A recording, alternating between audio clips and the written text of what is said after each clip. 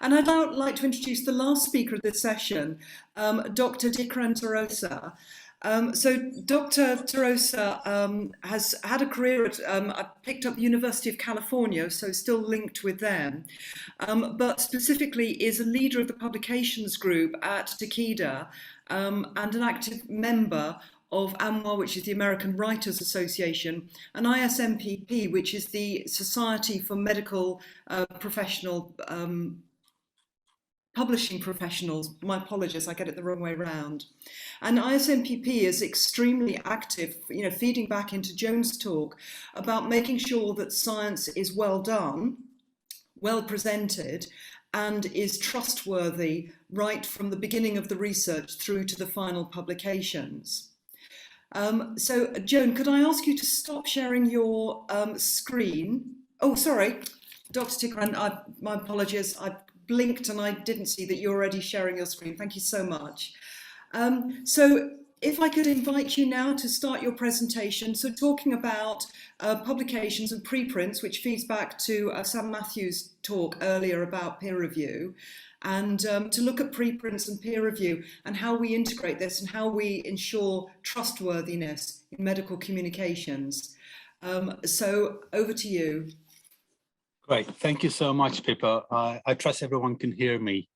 Yes, thank you. I'm absolutely delighted to be here, and thank you for this wonderful Congress. What I'd like to do present to you the joint position statement that was put together recently and published in CMRO. So my name is Dikran. As Pippa said, I work in publications and I'm a member of the American Medical Writing Association, European Medical Writing Association, and the International Society of Medical Publication Professionals. So this particular talk will describe an item that was put together by that multi-party consortium, those three organizations, and it advocates the adoption of standards by stakeholders in publishing to better ensure the integrity of published scientific medical information. So the statement was developed in part as due to the catalysis that has happened during 2020, during COVID, where the speed that publications have been reaching the literature has decreased, as we've seen from some previous talks. So that's the catalyst mostly. Before I start, I'd like to provide a disclaimer. So all the opinions shared in this particular presentation are my own and the writing committees, and not to do with my day job, the company that I work for.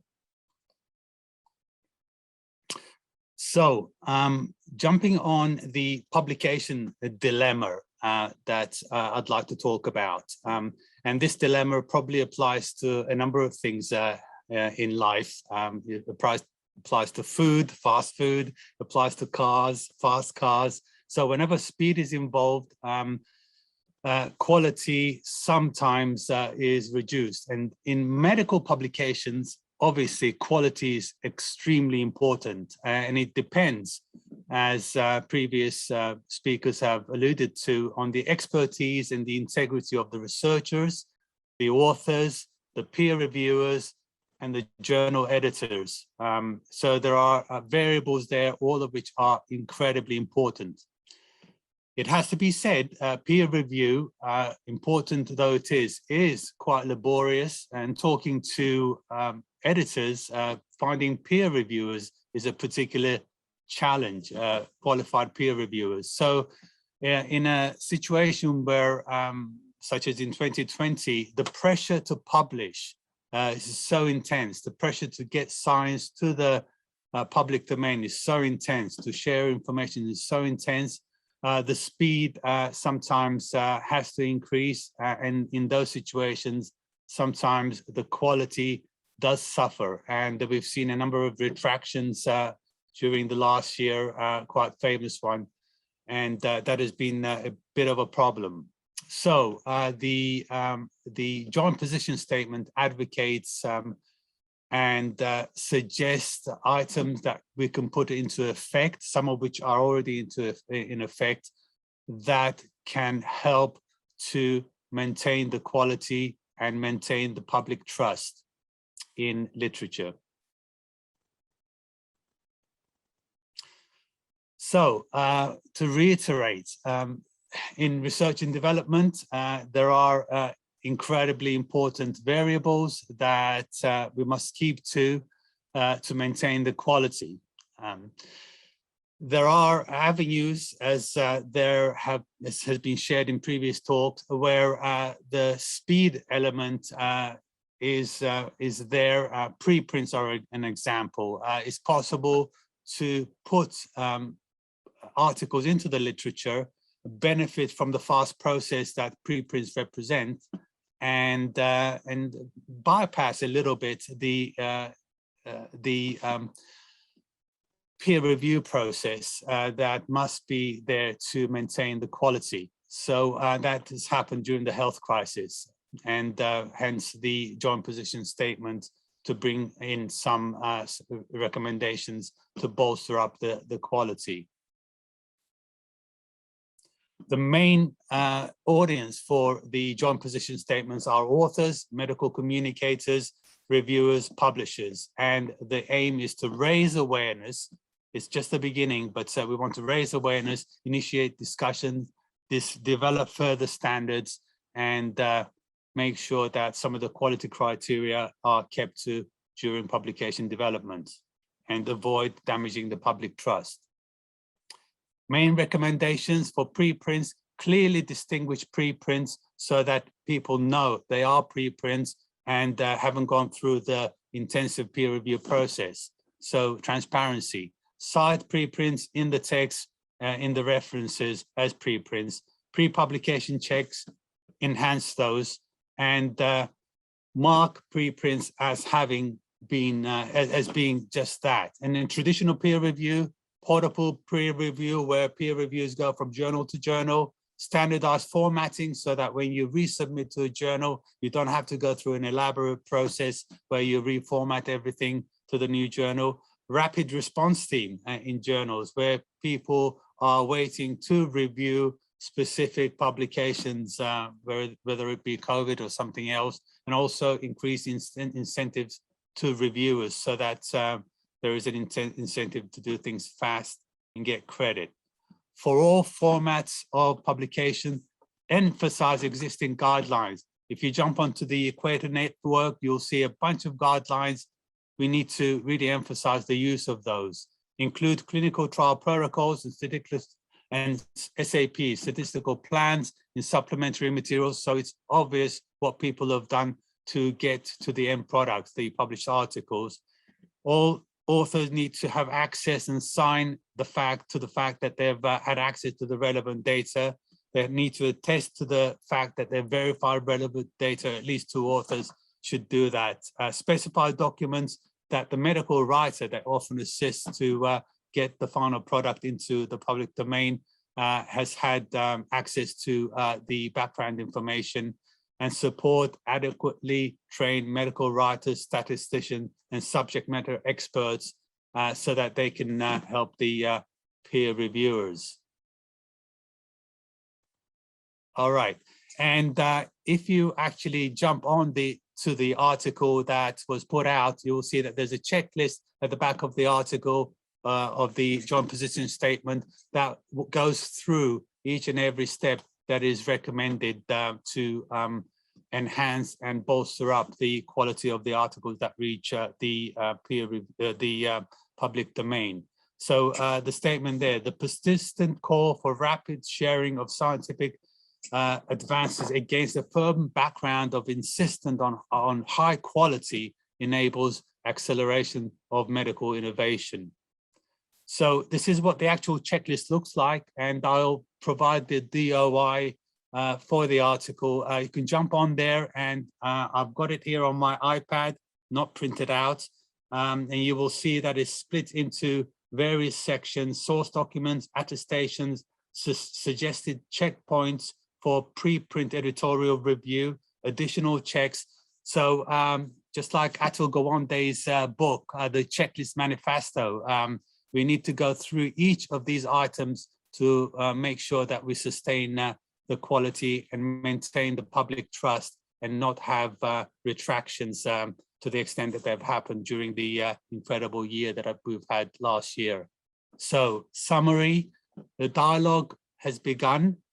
Further standards are required so that the quality is maintained, and when we go for speed, we don't drop the standards as sometimes happens. All right, so I'd like to thank the writing committee of the joint position statement. Art Guttel was the lead of the work stream, Beatrix Dewar, the then AMWA president, Gail Flores, the current AMWA president, Jackie Marchington, ISMAP member, Robert Mathias, who is the ISMAP CEO, Andrea Rossi, member of AMWA, Slavka, member of AMWA, Todd Pasavento, who was from the Ohio State University. All right, and that's what the article looks like. If you would like to jump on, please let me know if you'd like the DOI to the article, and I hope the Congress can share the presentation if need be. Thank you very much for the time. Any question or comments are very welcome. Thank you so much, Dikran. That was very interesting. And I think you highlighted something that, as a journal editor myself, I constantly struggle with, which is that speed versus quality conundrum. And it is incredibly difficult, because authors want their articles processed quickly, and as an editor you want to process them quickly, and reviewers don't have the time to process them quickly. And also I particularly like the idea of the checklist. So to the checklist, could you just remind us again what sort of questions are being asked in the checklist? That's a great question. So the checklist is actually divided into various sections. So one of the questions, the first one is the clinical study protocol available so that we can jump in? What has been predetermined as an analysis, statistical analysis plan? Is it available? A lot of journals ask for it, and can it be checked? Data sharing statements, what authors contributed, right down to, is there offensive language in the manuscript?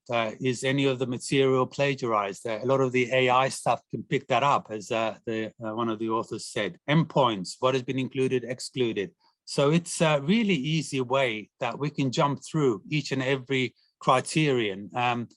A lot of the criteria are not necessarily rocket science, but they need to be put one after the other so that none of the items drop through the cracks during times of stress, such as the health crisis that we've had. So it's all there at the back of the article. Yeah, that's very interesting. I mean, it sounds from what you're saying as though it is sort of a hybrid between a reporting guideline and a guideline for reviewers on the quality of the manuscript. Is there anything that you think is plagiarized? And as an editor, I wonder whether, this, although it is specifically for the biomedical area, whether this type of checklist could be expanded for other disciplines. I'm a social scientist myself. Because one of the things that I think, and this goes back to Dr. Matthews' talk earlier about reviewers and the difficulty with making sure that we're engaging reviewers and we're using the right model to engage reviewers. And there is a global imbalance in the reviewing population. The American researchers take the greater burden of peer review far more than the number of articles that are published by American researchers should actually determine. And a lot of this does come down to language barrier. And so, for example, a lot of great research which is done in China, the Chinese authors are not comfortable with the English language and receive language support in order to help them publish, which is fantastic. But of course, it means that they're not necessarily comfortable in reviewing an article which is written in English and actually writing. Although they can read and absorb the article perfectly comfortably themselves, they're not necessarily comfortable in writing a review report of that for an English-speaking editor. And a checklist might be a way around this, of actually getting that incredibly valuable research knowledge in a way that makes it easier for that person to review. I fully agree. And, you know, as the committee, the JPS committee has initiated this work, I think the plans are to make sure items such as the one you've mentioned become possible by making collaborations with various international bodies in various parts of the world, so that we can put together additional recommendations to help out specifically in what you've just to help in That's reviews. fascinating. Well, thank you so much for sharing that. That was really excellent. Now, we have reached the end of our formal presentations for this, but Charlie, I don't know, do we have some time for Q&A with all the speakers? Yeah, in fact, because next session will be panel discussion. So one option is everyone can just ask question in that session rather than this session. Okay. But if you have more time still, we can do that now because there's different experts. Yeah, because I was looking at the comments which are made on the Q&A, and there are no specific questions there for it. There is a comment about from Surendra Verma about the speed quality balance and how to balance that. But there's no specific questions in that. If any of the participants do have a question, please do put them in the Q&A session, the box, or if you wanted to, you can put them in the chat session. I mean, I think it's an interesting one to discuss, and I wonder whether, as Dr. Matthews, Sam, are you still on the call here? Yes. Yes, I'm very much here. Yeah. Sam, thank you. I just wondered if you had any thoughts about the presentation which Dikran made, and about that, and how that would feed into some of your proposals for the hybrid journal preprint model. What I thought is I will have to go through the checklist once again to understand what the joint position statement is. But I think there is definitely a kind of alignment. Because one of the conclusions of my presentation was how to make this practical. So I think this is something where we are going to have a kind of alignment with what Dr. Dikran has presented. So, but before committing anything, I need to have to see that joint position statement and the checklist. But of course, we can do that as a follow-up to this this meeting. Thank you. I'm sorry. It's one of the problems. If you're a speaker here and I'm moderating, I will ask people really difficult questions. So my apologies for that. It's putting you on the spot there. Thank you so much for that, because definitely that actually give a thought into that direction. So thank you so much. Oh, thank you. And I think it was, perhaps if I could just say a few words about this whole session. I think there are so many common elements on items that that you raised, that Dr. Erawan raised, that Melissa raised, and that Joan raised, about the fact that we are in this global community and we do need this interoperability, both technical and also practical, in terms of making sure that we are the leaders in this community, we are the editors and the publishers in this community, and making sure that we are promoting scientific research to be more interoperable, if I may use that technical word, between people and between communities. I mean, Erawan's the translational science, I think, is hugely important, about putting things into different languages. Sam's comment about using and thinking of different peer review models, about how we can actually integrate the preprint system within the traditional system of quality control. And Joan sort of saying, actually, and how we integrate this to reduce research waste and increase our environmental responsibility by making sure we're communicating with all parties. And then also, and finally with Dikran, about the problems of the practicalities between speed, between quality, and making sure that we are promoting not only good quality science, but trustworthy science, and science that actually will benefit the environment, the world, because that ultimately is sort of what we're trying to do, is increase knowledge for the benefit of the globe, for humanity and animals and plants and the environment. And I think there's some very big issues which have been raised here, and I'll be interested actually to think about these talks again after this event. So just a final thank you for the speakers at this session.